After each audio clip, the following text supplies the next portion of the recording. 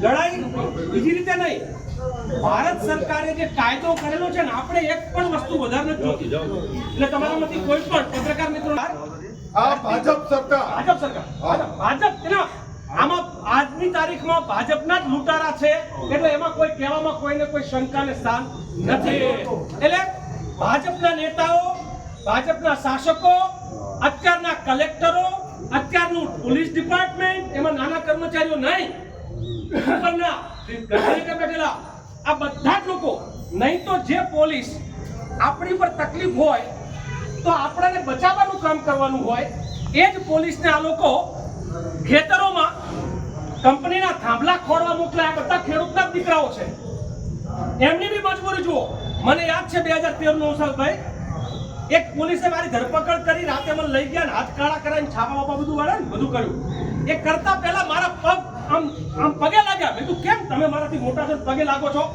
તો કે ગાંધીનગરમાં બેઠેલા લૂંટારા એ જમીન લૂંટે છે, તમે ધરતી માતાને બચાવવા નીકળ્યા છો, તોય તમારા હાથ અમારે કાળા કરવા પડે, એનું પાપ મને લાગવાનું છે, માટે હું તમને પગે લાગુ.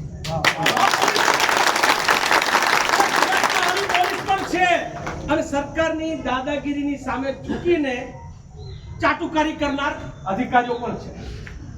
નહીં તો આપણા ખેતરમાં આવતા પહેલા એને એમ કહેવું જોઈએ. હું અહીંના કાયદાના રક્ષકોને પૂછવા માંગીશ કે ભાઈ તમે બીજું અમારે કાંઈ નથી જોતું, જનસુનવાઈ કરી?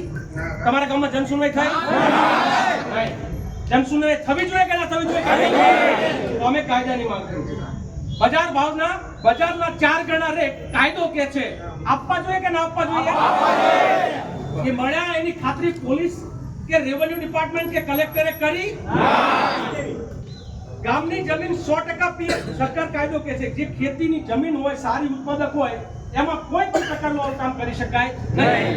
હું અહીંયા પોલીસના મિત્રો છે ને, એને બી સંવેદનશીલ કરવા, એના પણ અંદરની લાગણીઓ જાગે, એના માટે વાત કહેવા માંગુ છું કે તમારો પણ આ લોકો ક્યારેક ક્યારેક ઊંટિયા તરીકે ઉપયોગ કરે છે. રોજ કાયમ નવસાદભાઈ કે રોજ તમારો પણ ઊંટિયા તરીકે ઉપયોગ કરે છે.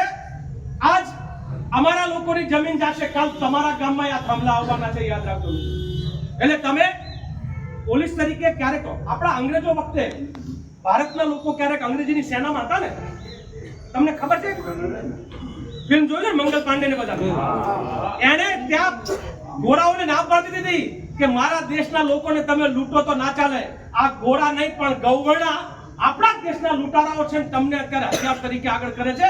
તમારા લોકોએ ના પાડવાનું શરૂ કરવું જોઈએ કે અમારા લોકોની, આ ભારત માતાની, આ ધરતી માતાની લાજ તમે લૂંટો અને તમે અમારો ઉપયોગ કરો, આ ના ચાલે. એટલે આપણી લડાઈ બહુ સ્પષ્ટ છે.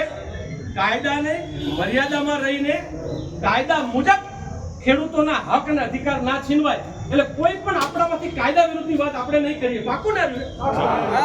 તમારા ગામની જમીન પીએચ 100% કે નહીં? કલેક્ટરે શું બતાવ્યું છે? આ એમના બાપની જમીન છે, આ એમના બાપની જમીન છે કે તમારી પિયત ને બિનપિયત બતાવે? ઉપરથી ગામની જમીન નહીં, સરકારના ખબર હોવી જોઈએ.